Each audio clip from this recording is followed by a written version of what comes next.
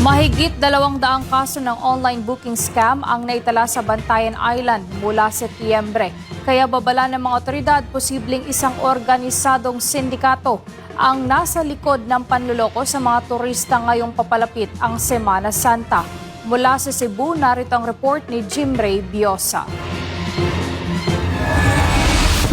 Naglabas ng seryosong babala ang mga hotel at resort operator sa Bantayan Island kaugnay ng talamak na online booking scam habang naghahanda ang isla sa pagdagsa ng turista ngayong mahal na araw.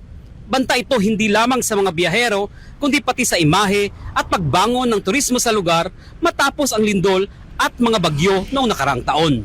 Ayon kay Nelson Uvalios, Pangulo ng One Island Tourism Association o OITA, umabot na sa mahigit 200 insidente ng panloloko ang naidokumento mula Setyembre 2025. Now on my case sa Anika Island Resort, itong giingon ni GP na it started around September of last year. Nahibulong na lang ni nga daghan na kayong pages nga sa Facebook pages nga ning gawas nga pariha or even better sa akong buwan, sa akong page. Ipangbutangan nila additional features nga wala nga ni sa akong resort. Naniniwala naman si Santa Fe Councilor JP Lao na organisado ang operasyon ng mga scammer. Indikasyon umano ito ng isang sindikato. Gamit ang mga peking Facebook account, ginagaya ng mga ito ang mga lehitimong establishmento tulad ng Anika Island Resort upang makapanghikayat ng biktima. Karaniwang pinagbabayad ang turista sa isang bank account.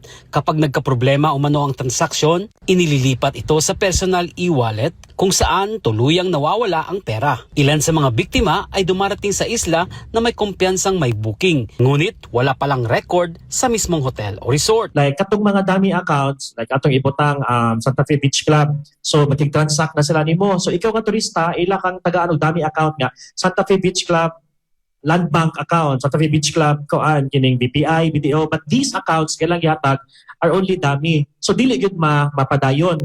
So inig ka deposit na nga dili mo postro, ingon man sila kuno nga ay might be nag-maintenance koan kining kining dili mapostro ang GCash na lang sa tag-iya. So dito na mahitabo ang pagpangilad sa GCash.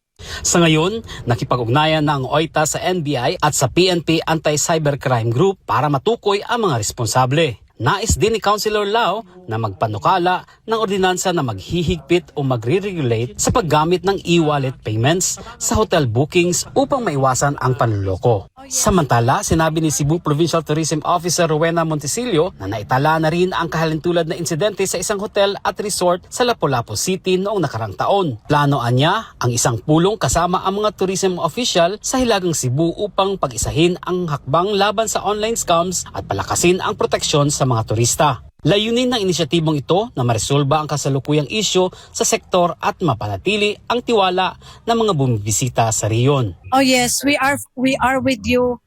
It's not only Bantayan Island. We have met with the tourism officers of the northern Cebu, no?